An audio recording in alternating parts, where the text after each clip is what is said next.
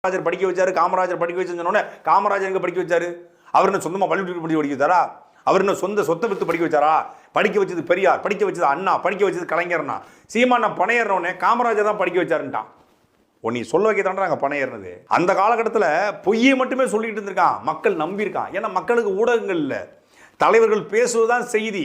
மாலை நேரத்தில் பொதுக்கூட்டங்கள் மட்டும்தான் மக்களுக்கு ஒரே ஒரு தகவல் தொடர்பு சாதனம். பத்திரிக்கை யார் படிப்பா?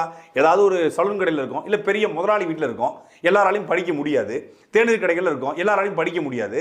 ஆனால் அந்த காலகட்டத்தில் மேடை போட்டு இவங்க முழங்கின உடனே இவங்க சொல்கிறது பூரா தேவ வாக்கு, தெய்வ வாக்குன்னு நம்பிட்டான். அதனால் அண்ணா பெரியாள், கலைஞர் பெரியாள், பெரியார் பெரியாள், ராமசாமி பெரியாள் அப்படின்னு நம்பிட்டான். அவர் தான் சாதியை ஒழிச்சாருங்க அப்படின்ட்டான். முதல்ல தமிழ்நாட்டில் பேருக்கு பின்னாடி இருக்கக்கூடிய சாதி பட்டத்தை துறந்தவர் நாம் தமிழர் கட்சியில் இன்றைக்கு இணையதள பாசறை பொறுப்பாளராக, தகவல் தொடர்பு பொறுப்பாளராக கூடிய பாக்கியராஜன் அவருடைய தாத்தா ஐயா ராமச்சந்திரன் அவர்கள், சிவகங்கை சார்ந்தவர். ராமச்சந்திர சேர்வை என்பதை துறந்து ராமச்சந்திரனார் என்று அவர் தான் முதல்ல கையெழுத்து போறாரு. எப்போ? இந்த பெரியாரெல்லாம் துறப்பதற்கு முன்னாடி.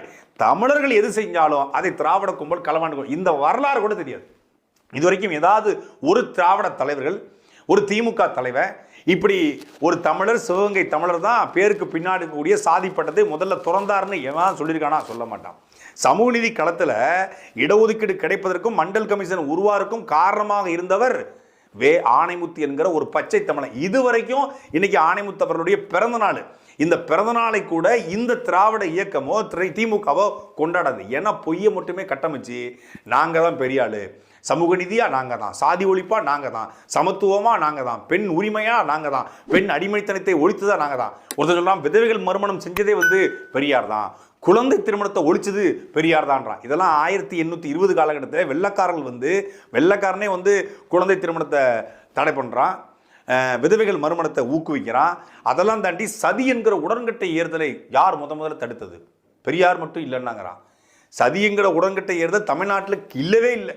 அது வடநாட்டில் இருக்கு. அதுவும் 1850 காலகட்டத்துக்கு முன்னாடியே சதி என்கிற உடன்கட்டை ஏறுதல் ஒழிக்கப்பட்டுச்சு. தமிழ்நாட்டில் 1628 காலகட்டத்தில் ஒரே ஒரு உடன்கட்டை ஏறுது, அதுவும் கர்நாடகாவை சார்ந்த ஒரு கன்னட செட்டியார். அவர் இறந்து போனதுக்கு ஒரு மனைவி தீ குடிச்சு இறந்துருக்காங்க. அதுதான் கடைசியாக நடந்தது. அதுவும் பெரியாருடைய தாத்தாவுக்கு தாத்தாவுக்கு தாத்தாவுக்கு தாத்தாவுக்கு தாத்தாவுக்கு தாத்தா பிறகு பண்ணி நடந்துச்சு. இப்படி எல்லாத்தையும் கிளைம் பண்ணி பொய் சொல்லி கட்டமைக்கப்பட்ட ஒரு கூட்டம் இப்போ நாம எல்லாத்தையும் கண்டுபிடிச்சு போட்ட உடனே பதறுது. அப்படித்தான் இந்த தான்சானியா வீடியோ.